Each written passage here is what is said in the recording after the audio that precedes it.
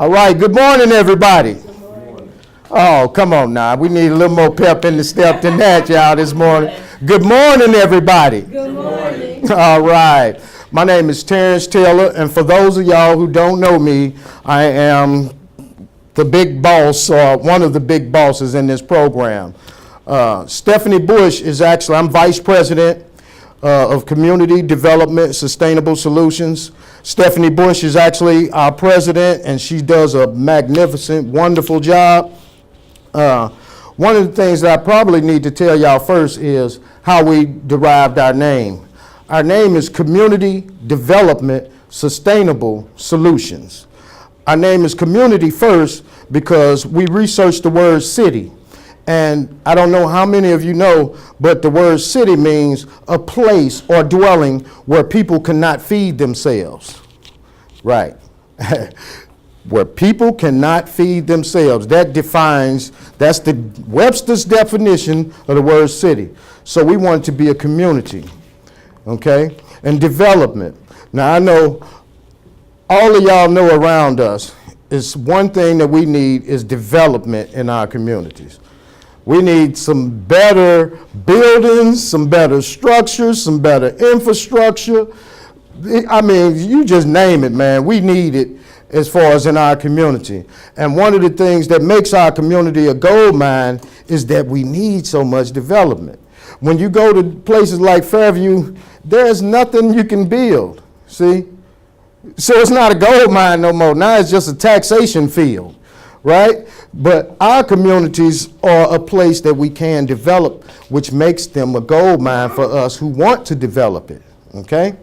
Now, sustainable. Sustainable is a word that we want to put in there is because most things that happen around our community are things that aren't sustainable. You know, I'll say like if you do a city cleanup and you just do it for one day.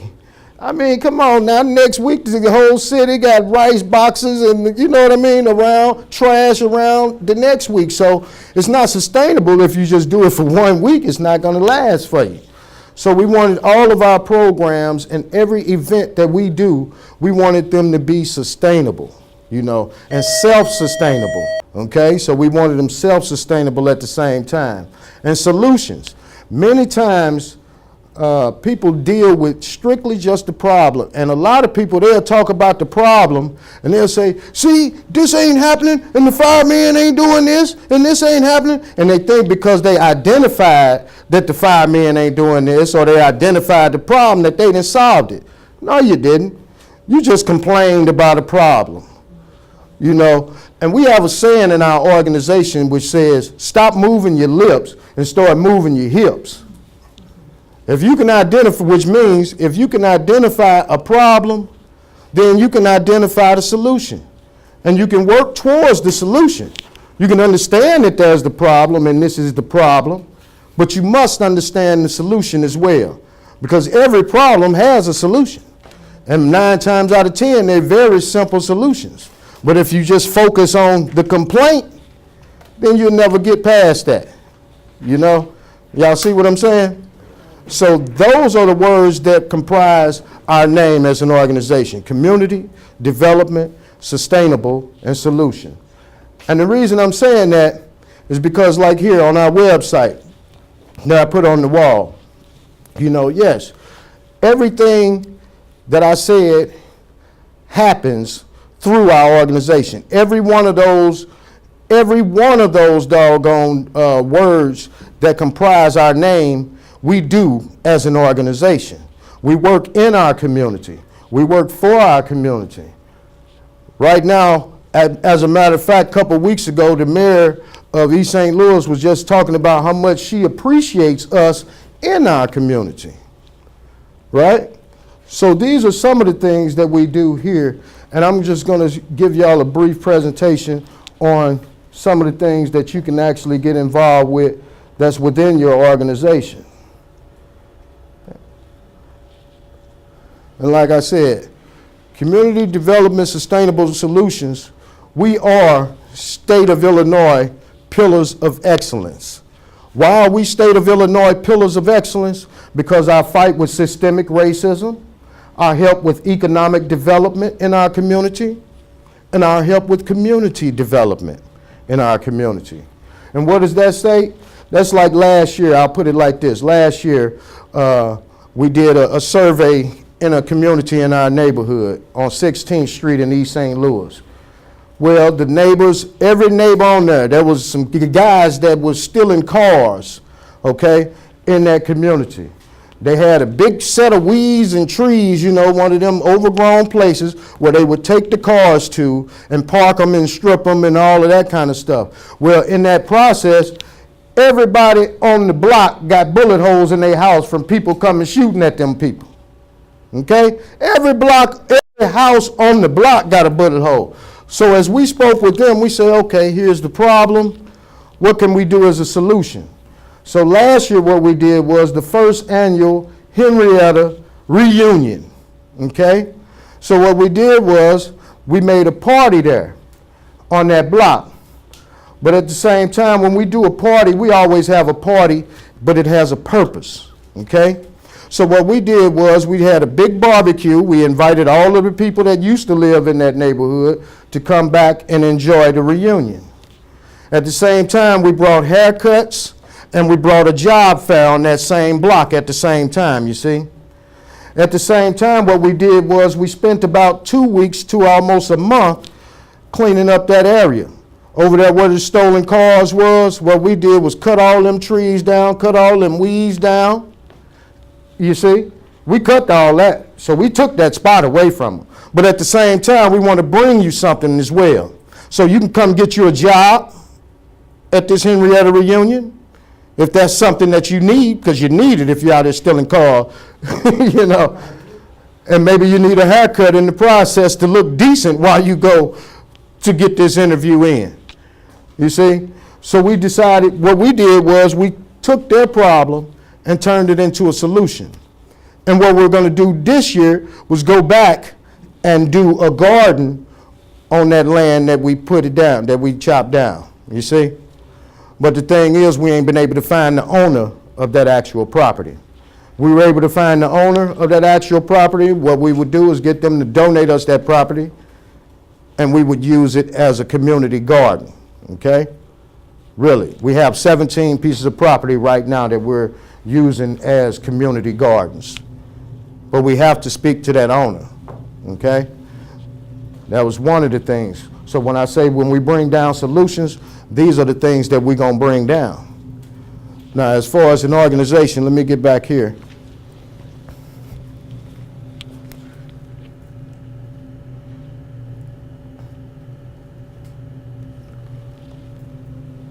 This is one of our programs as well. Where's the downward button on it?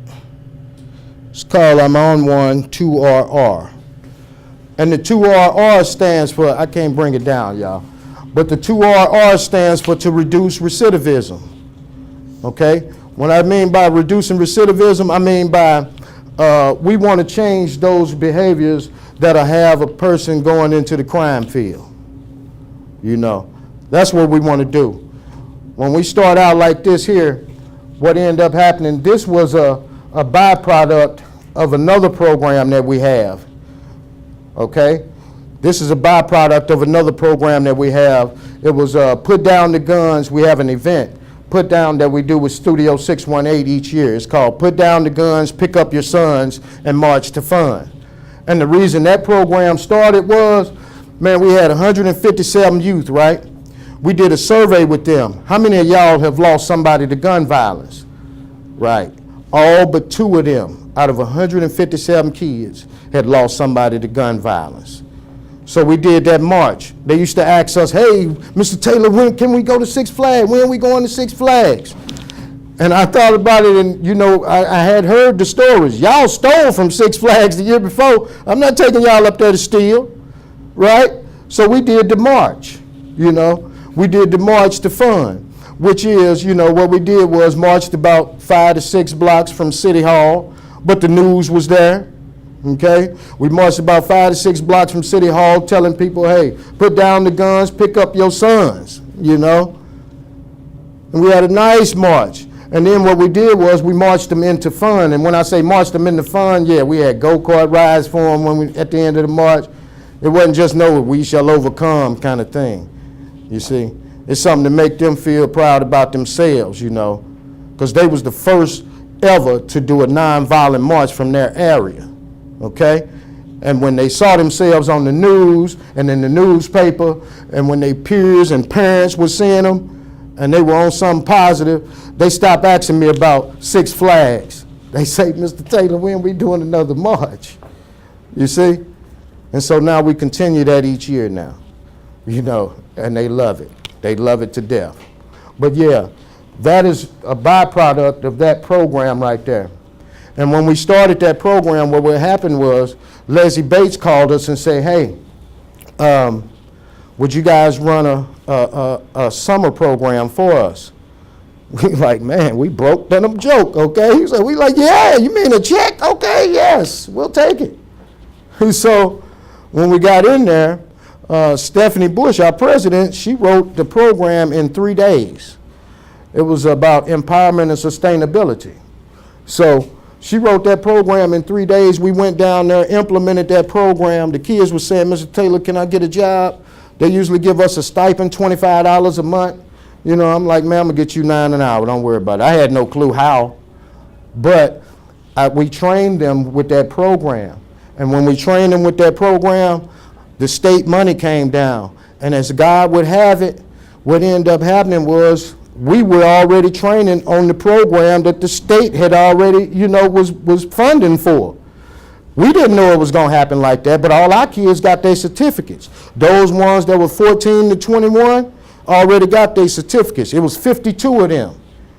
So every last one of them got jobs first, soon as the money hit from the state. You hear me? Oh, they loved it. They loved it. They loved it, okay? And one of the reasons why we kept with our job program,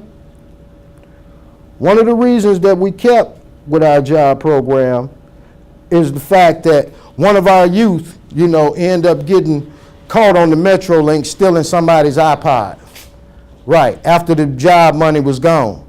So I'm like, man, we got to continue this no matter what, you know. We wasn't getting funding for it, but we just got to continue it because we cannot allow these youth to just go down the wrong slide because they're used to money now. They're used to having money now.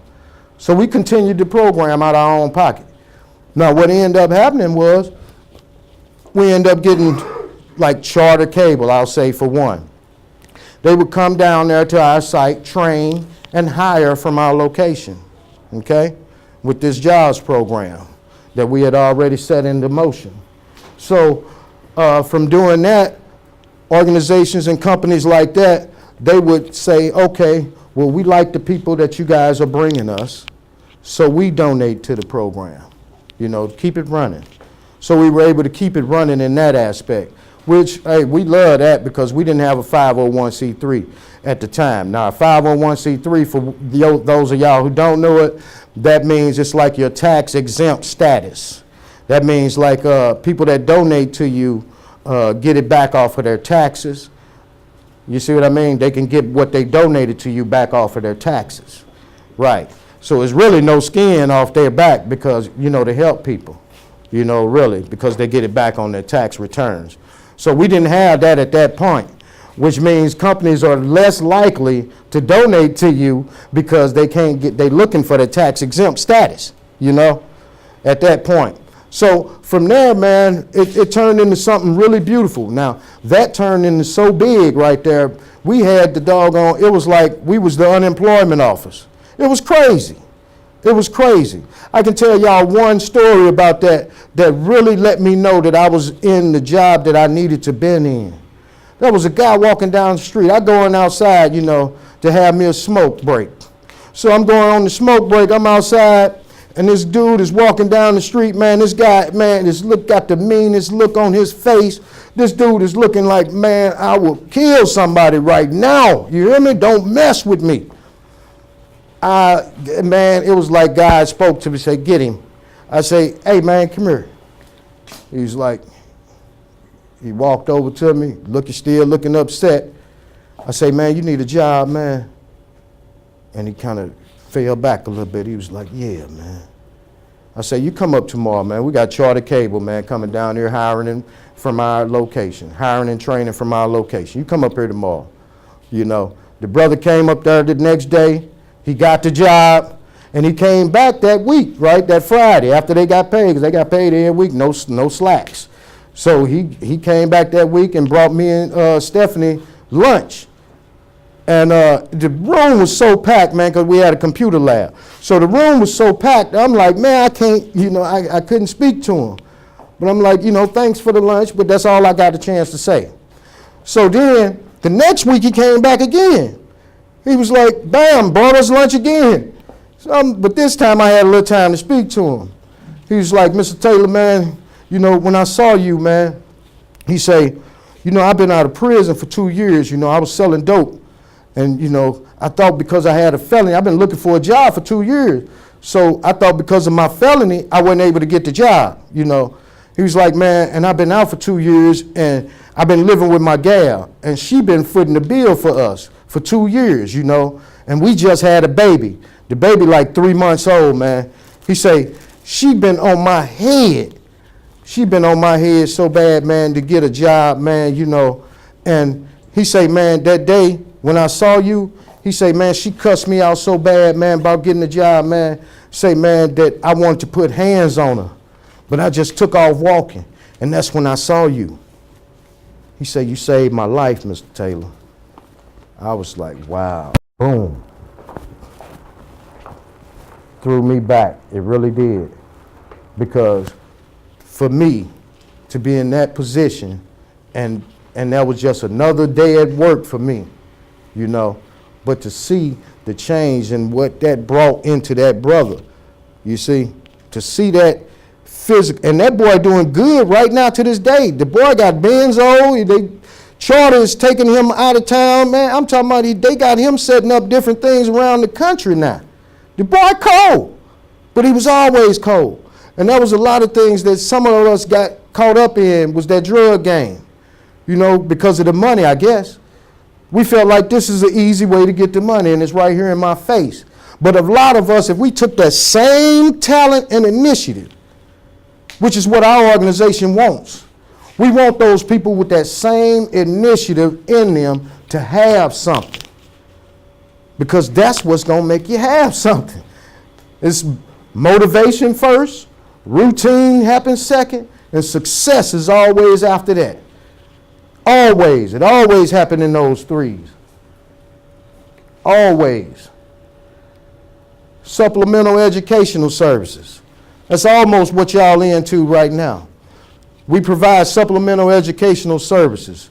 Now, what is that? Okay, that is from the Illinois State Board of Education as well.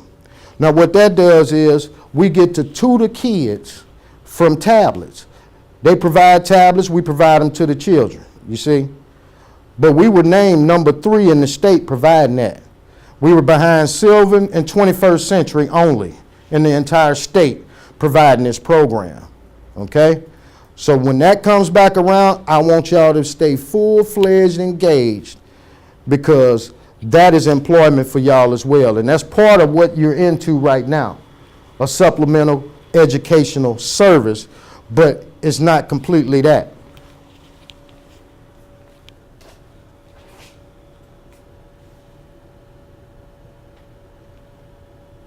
This is our newest one.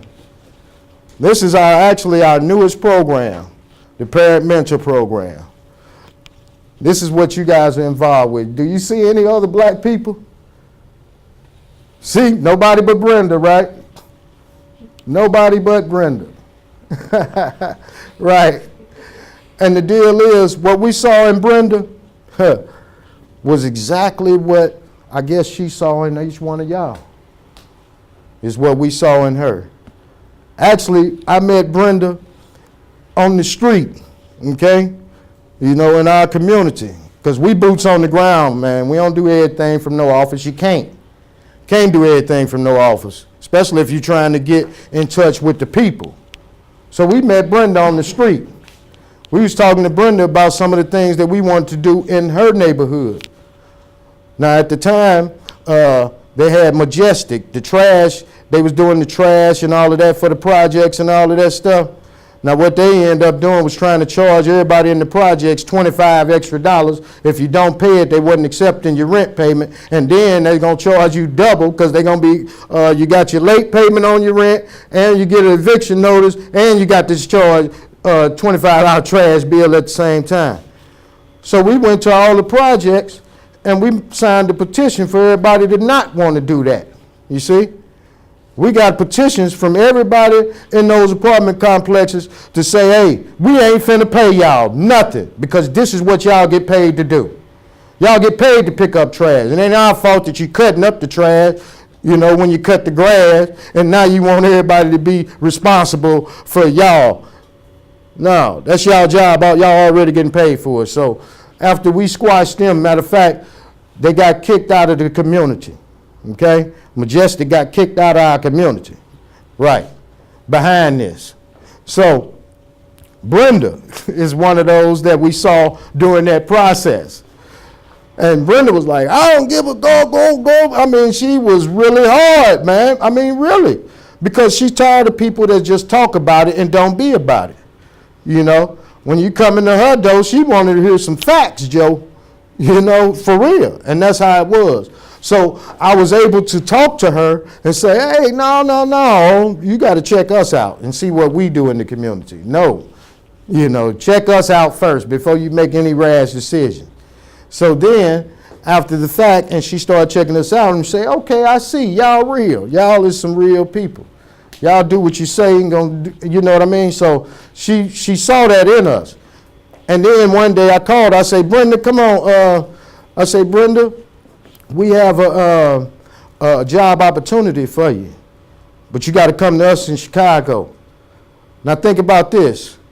Me talking to y'all right now and then coming back to y'all after getting your information and saying, hey, 2-3 days, you ready to go to Chicago with us?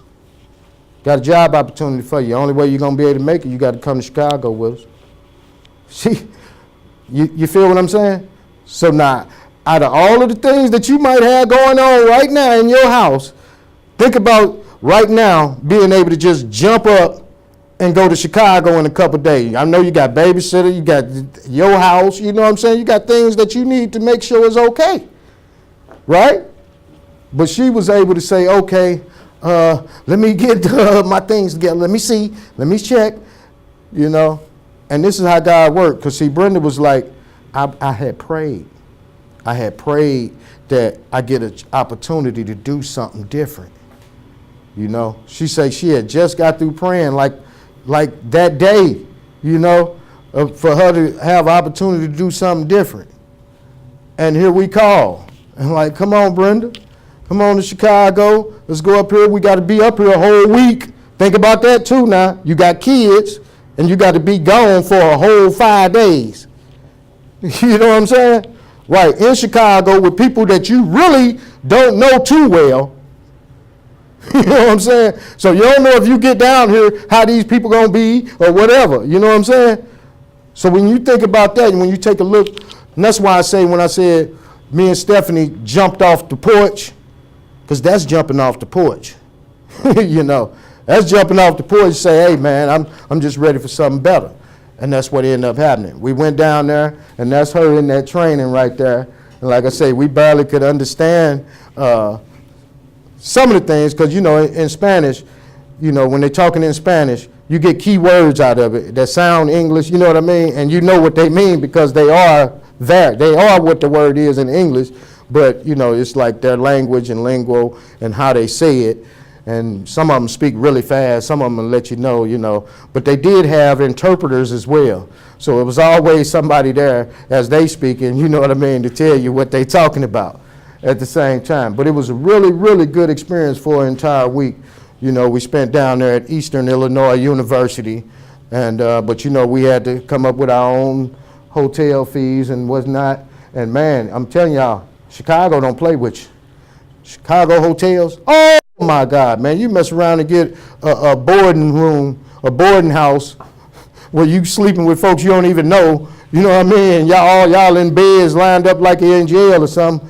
No, we didn't. We had to go on the outskirts of Chicago and find some real hotels, you know what I mean? But all of them was super, super high, super high. Even those boarding house rooms like $300 a night. Like Jesus Christ. $18 for a pack of cigarettes. It was crazy, man. Yeah, it was crazy down there. So, yeah. So when you think about, taking that leap, right, when you take it, and y'all going too. Yes, at the end of this program, I'm taking y'all up there too, to Chicago, to meet our fellow organizers, right, to meet our fellow organizers in Chicago. We all got a trip planned for Chicago too at the end of this program. So y'all just be prepared. I believe it's like in June. Don't quote me, but I believe it's like in June. So we're going to all take us a trip out there. Have a nice time. And when you see Chicago, it's going to mess you up. Not a square inch in Chicago is not filled with something.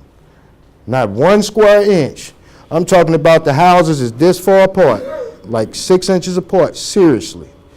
Every space is filled with another business or something. The traffic is, oh my God, traffic, okay? You can't go through that joker. But at the same time, you have a wonderful time. I ate my first real taco down there. Taco Bell dead to me now. For real. I went in a real bodega with real Mexicans back there cooking real tacos. It was crazy. It was a beautiful thing, though. It's totally different. Beautiful thing. Right. Our annual events. This Juneteenth is something that we do every year. Juneteenth is something that we do every year. It's an annual City of East St. Louis holiday, and like I was telling y'all a little earlier, we have it right now on President Trump's desk to become a national holiday. Juneteenth is our Independence Day that we celebrate as Independence Day. I know we got the 4th of July, but Juneteenth gives us also Juneteenth. We got our real day, which is Juneteenth. Right, June 19th, 1865. Like I said, General Granger came down there and had to fight to release the last of the slaves in Galveston, Texas, that the South was sending down there for storage in case they won the war. But they didn't win the war, thank God. Okay? So that is one of our holidays that we have. Another holiday that we have is National Night Out. And that's our police and community partnerships. What started this, we celebrate this now every year with 33 million people around the country. Okay? Now what happened is, what made us started with National Night Out is the Michael Brown situation. When that happened to Michael Brown, because we are activists and advocates, we had to do something. And because we are community development with sustainable solutions, we ain't doing what everybody else is doing. We ain't going out in front of no police talking about, man, nothing that ain't gonna be sustainable. We not running in front of no police risking y'all lives for nothing. Okay? Now the thing what we did was we said, okay, since we are in East St. Louis, and East St. Louis is a different animal than around the country. East St. Louis is 99.9% black. So we don't have that problem. And usually when the police whoop somebody and they in East St. Louis and from East St. Louis, the nigga needs to been whooped. To be honest with you. For real. And the neighborhood like, yeah, get him. He been a problem. Right. So we felt like we was a good platform to put down a different approach, which they are now trying to put across the country. The approach that we put is, hey, let's break bread together. Let's get to know each other. You see? Let's get to know each other first. And the first thing that we did was had a basketball game with the police versus the kids in the apartment complex. And we called it the request. And whoever won this basketball game get to request something from the other one. Okay? Now the kids killed them. 22-6, right? They police, right? They state man. You know, they balled the Illinois state man. They killed him out there in the apartment complex at the goal, you know. And what we do is we have a big barbecue. We give away free food. We give away Pirtle's ice cream, you know. And we just have a bunch of vendors out there that can help in the community. Like whatever you're going through, there's somebody, you know, like Ameren. If you got light problems, you know what I mean? Here's the representatives from them to be able to help you with the programs out here too. You see? So whatever you're going through, we want to bring and present that. So like I say, every time we have a party, it's a party with a purpose, you know? So we're going to bring those people out there in the community with you, in that community, to where all you got to do is come up to a table, man, and get down with what you need. Jobs, whether it be jobs or whatever you need, whatever kind of service that you need. And it'll be y'all who will actually be putting that input in, because y'all know more what y'all need, you know? And y'all know more about maybe what your sister is going through, and maybe what kind of help she probably could use. So we can just focus our attention in those areas when we're doing these events, okay?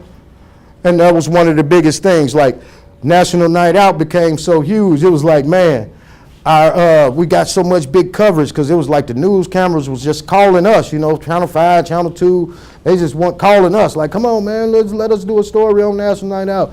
Magazine was like, oh, come on, let us do a story on your National Night Out. You know, so we was like, okay, you know, we got that down. So now, but see, the mayor and them forgot that we were activists as well. So when we're talking about this, we have a purpose. You know, when we're on the news, we have a purpose to what we're talking about. So what we're talking about is getting the message across that we want to not only partner with the police department, but we want to have a collaboration with the police department, which is what we did as well. So now we have a commitment to collaborate from each police department, the St. Clair County judges. We have it from the federal Department of Justice. We have commitments to collaborate from these people. So what does that mean? What does that mean for people that you know? What does that mean is, before someone can get in trouble, like if they already messed up, you got caught selling drugs, whatever you got caught with doing, those people are able to come to us before they actually get the charge, okay? If we're not able to help you, then you got your charge. You see? So that's what the collaboration is. Because what we're trying to do, actually, as an organization, is reduce the prison population by 20 to 25%. And we're serious about that. And one of our mandates this year for our community, because we always try to change the law each year. We changed the school to prison pipeline. We changed the minority contractor. Now what we're changing is we're eliminating mandatory minimums, okay? That's our goal, is to eliminate or alleviate mandatory minimum sentencing in the criminal justice system. And we got really big support from that, from Senator Durbin. Yes, we have really big support from that. So I believe that we're going to be able to get that accomplished either this year coming up or within that next year. We're going to be able to accomplish that to where we eliminate mandatory minimum sentencing. And I know that's going to mean a lot for a lot of people, families, especially black families, you know? Right. So that's one of the collaborations that we have to have with those people that we need. We need the Department of Justice in our corner. We need our judges in our corner. We need our police in our corner, right? Exactly. Because when they have somebody, and the probation officers and the parole officers, so and we already do have commitment to collaborate from each and every one of those departments. And as a matter of fact, their signed commitment to collaborate has also been notarized, okay? So we're already in steps with that right now. So like I say, anybody and anywhere that you feel like you can get in and fit in, you can. We also have what we call is performance-based bonuses, you know? Right, for our fundraisers, okay? For the people that fundraise with us, we got performance-based bonuses. So anything that you're able to bring into your organization, it will also pay you, okay? So that's one of the things that we want to say is help us to help you. And also, like I said, the people can use it as a tax donation, which is the reason why most of them do. A lot of them do it because they like you and see your mission. You know, like I was saying, even our landlord, when we were 4 months behind at starting this organization, our landlord said, "Hey, man, I see what you're doing, man. I can't mess with you. I see what you're doing." You see? Because of the good that we were doing in the community, the landlord was able to back off, you know, and wait until he got his money. Right.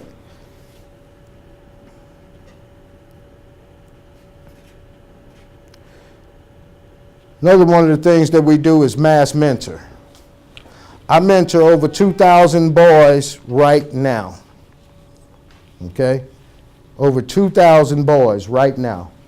And one of the reasons I did that is because, man, we had a survey with our youth, okay? We had a survey with our youth, and it was showing them a picture of a mother, a father, a brother, and a sister, all black. Now, do you know what most of them identified with that as? We told them to identify that picture. They said mother, uncle, brother, sister. They're not even recognizing fathers anymore. So every last one of them 2,000 boys, I tell them, I'm your father. I'm your daddy. Okay? A lot of them be, yep, you know, for real. But that makes it even fun, though, for me. You know, when they, yes, I am, boy, you know. Right. But that is the reason, because of that survey. They're not even recognizing fathers anymore. Our kids are not doing it. I say, wow, because that's a whole different kind of mindset to me. It's like, Jesus, right. I mean, a lot of these women, when you think about it, a lot of the women, the guy that they're dealing with, their kids call him uncle. I mean, it's just facts. A lot of them, their father figure is their uncle for real. Not, you know, not the father, but it's the uncle. So they recognizing uncle instead of better than they recognizing father right now. I say, Jesus wept. So I had to step in and be father to all the kids who feel like they don't have no father.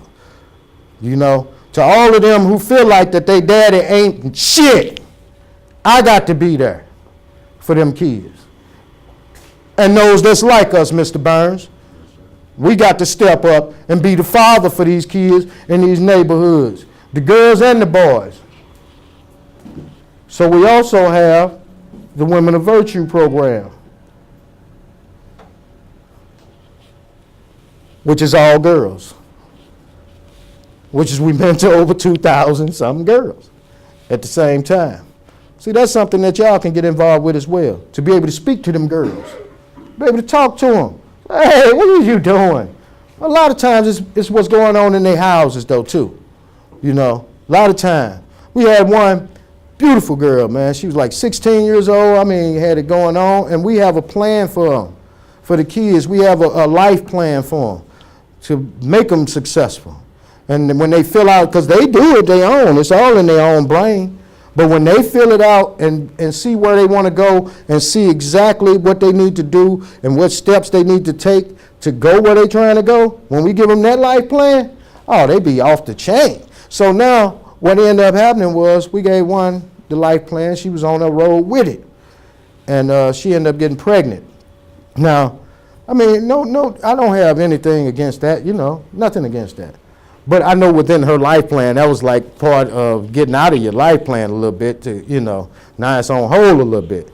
But at the same time, I mean, she's a beautiful girl because she persevered through it. This has been about 6 years ago. She's persevered through all of that, and she's still going along the plan, but not fully, you know. But she's doing well. I got to give her that. But at the same time, at this particular time, her mother was happy that she was pregnant. Now, the guy she was pregnant, the feds was looking for him. I was like, golly, I mean, the boy is about to head to just pray, you know. So the feds looking for the boy, now you pregnant by the boy, and your mama happy. I'm like, wow, how is she happy about this? But she was happy because more food stamps would be coming into the house. See?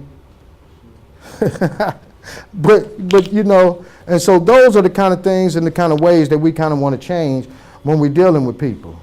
like even some of the children that you guys are dealing with, it's a lot of times it's at the home, what the problem is. And so what we really don't want to do, because of this program particularly, we cannot get into that home, okay?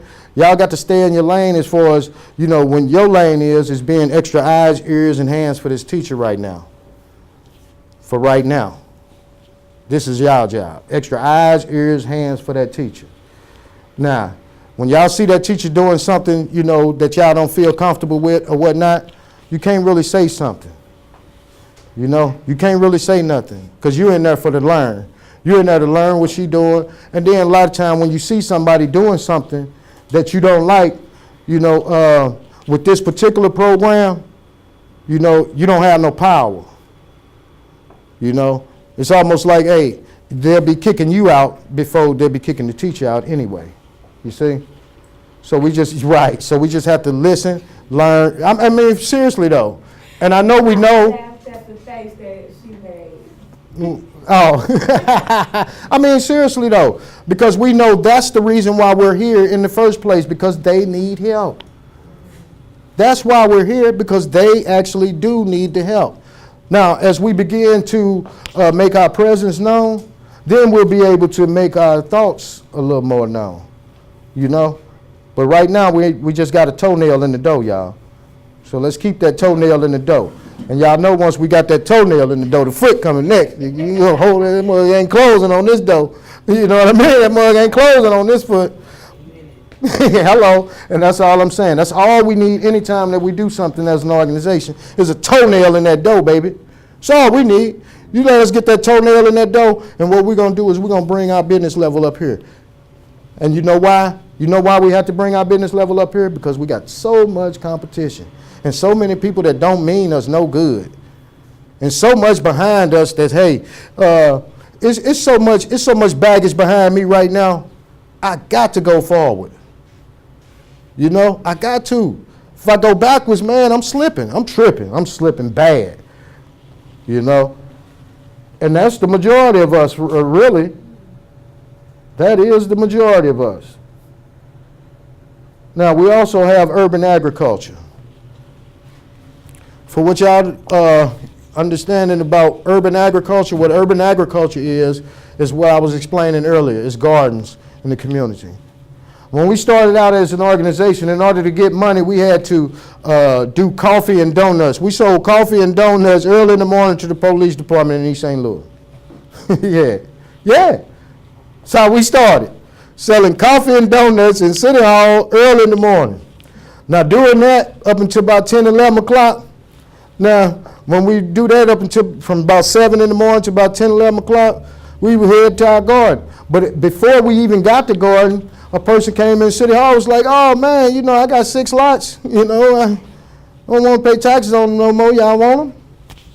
He's like, yeah. Because as an organization, as a nonprofit organization, people can donate us property and we don't have to pay taxes on it. See? Right. So that's what we did. We started out saying, okay, since they donated us this property, what do we do with it? We started building gardens. Because to plant your own food is like printing your own money. So we wanted to teach them kids that. And that was our first project, actually, was the urban agriculture experience. That was our first project after the coffee and donuts to the police and citizens early in the morning.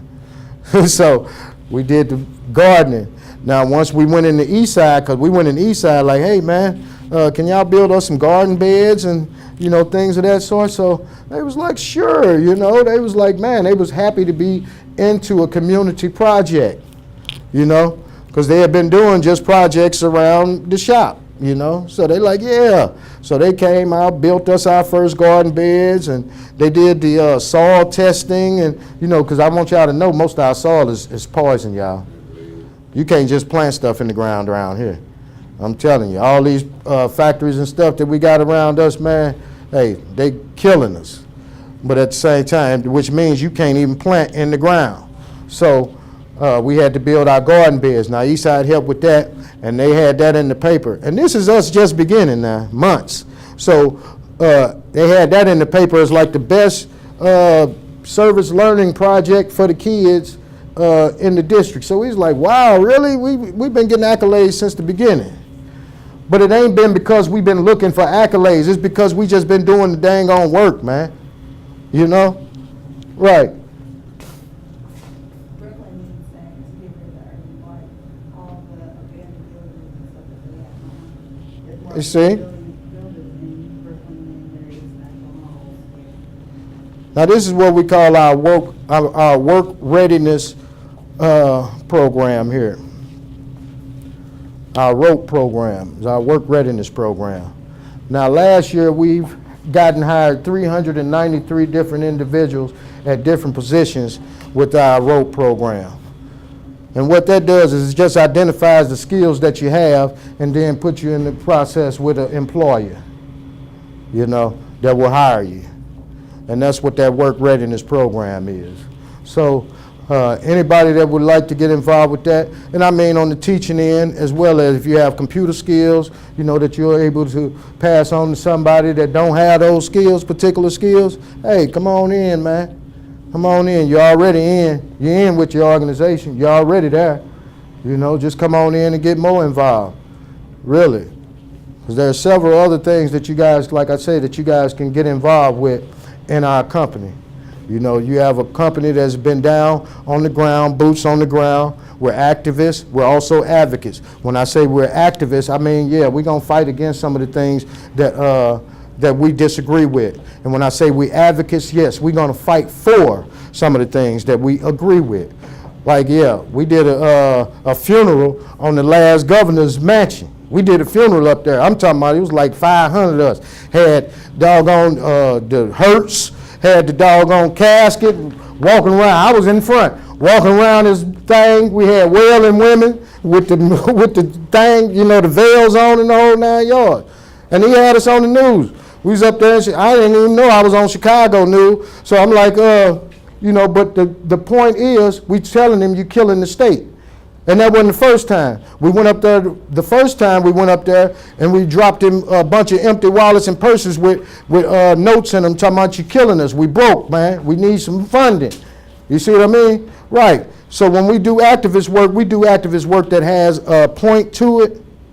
It has a point to it. And when we do advocacy work, we do advocacy work that has a point to it. Like when I said we brought Ann Snyder down here and had her view all the construction sites to see there wasn't no brothers on there in an all-black city. How is that possible? So from that point, that's when you start seeing the brothers get the contracts and be all out there, you know, on the end of that project. But that's part of that work as well. That's part of that work as well. So another program that we were bringing into, I wish I could see the bottom pieces of this, but another program that we were bringing into this school district, oh, okay, here it is, would be the Zap Attack program. That's what this would have been a part of, okay? So instead of the few hours that you guys have here, you would have a couple more with this program as well. You see? So this is the program that we initially came into this school with, the Zap Attack program, which is what I was telling y'all about, that collaboration with all of the law enforcement departments that we have to reduce crime in our community, and to be able to be that liaison between them going to prison and staying out here. And if we can help you, you can stay out here, you know, real talk. But you already got the crime on your back because you have incentive for us to help you now. You see? So you could just go, but now we can be that liaison to be able to help you out in the process before you go. You see? And that's part of this program here, because what we're going to do is we're going to start young. You know, we're going to start with the young kids. We're going to teach them a different way. Because a lot of them, like I said, is growing up without fathers. So we're going to teach them a different way at the same time. All of this is like helping us to help you, you know, all of this. Because this helps me. When that boy told me, I put it like this: I've made $1,000 per hour for a whole month with this organization, okay, as a salary. But that When that boy told me, Mr. Taylor, you saved my life, man, that meant more to me than anything. That meant more to me than anything, period. And when I say that, like $1,000 an hour, yeah, that's big money. You know, that was a contract. Yeah, that's big money. But with this dude, that was bigger. That was big heart, man. That was touching. That was feeling. It meant more. It just meant more. It really did. You know, it meant way more. But when we got that contract, it was a big deal. I was like, yeah, I got it. You know what I mean? Right. But that, whew, man, there's no way to, you know, even express how that made me feel right there.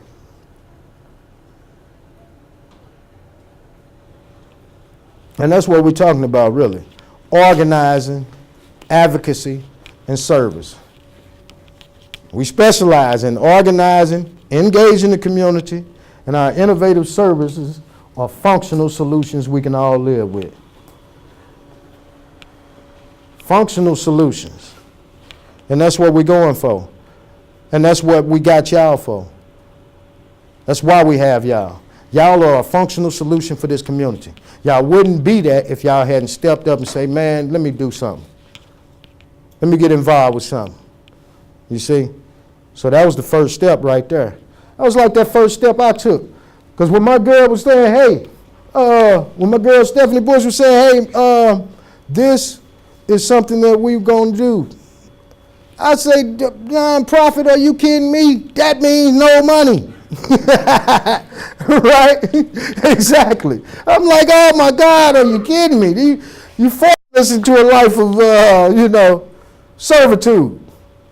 But man, it's been the most fulfilling experience that I've ever had in my life. It's been the most fulfilling 6 years that I've ever had in my life. I could go back all of them years, man, and just wish I had just came right here all the time, because it is a learning experience. We learn every day, and what kills me is the naysayers, the haters. They all over you. You know what I'm saying? The haters and naysayers and the people that want to see you fail. And actually, even the people that come against you and you haven't even done that, you ain't did nothing but help somebody, but why are these people talking bad about you? Right. There was a guy came to me about 2 weeks ago. He was like, man, such and such was talking about you and stuff, talking about you ain't never helped nobody and all of this. And I was like, he helped me. Right. I had to get him straight. I'm like, wow, man, but you never know. All of these kind of things are going to happen, but that just means you're on the right doggone track. That means you're on the right track, and don't let nobody dissuade you from doing what you want to do. Don't let nobody dissuade you from doing what you want to do, especially when you know you ain't doing nothing but something good. For real. And one of the things that kills me, like I was telling y'all, is family. Your family be the worst critics of you. That's because they had their own interpretation on what they felt like you supposed to be. But you got your own life. You got your own life. So what I want y'all to understand is, my name is Mr. Taylor. I got y'all. Y'all in my corner. Y'all part of this organization. And please believe it, y'all utilize this organization, because we are here for you, and we do way more than just actually sit around and do nothing about something that we feel strong about. We in your corner 100%. And there are other opportunities, so I want y'all to get involved with any and everything that y'all feel comfortable with that happens within y'all organization. All right?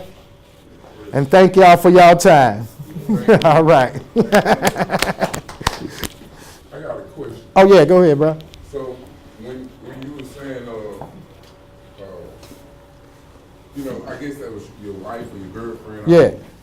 When you were saying, did she come up with the idea of the organization? Absolutely. And you just fell on board? Absolutely.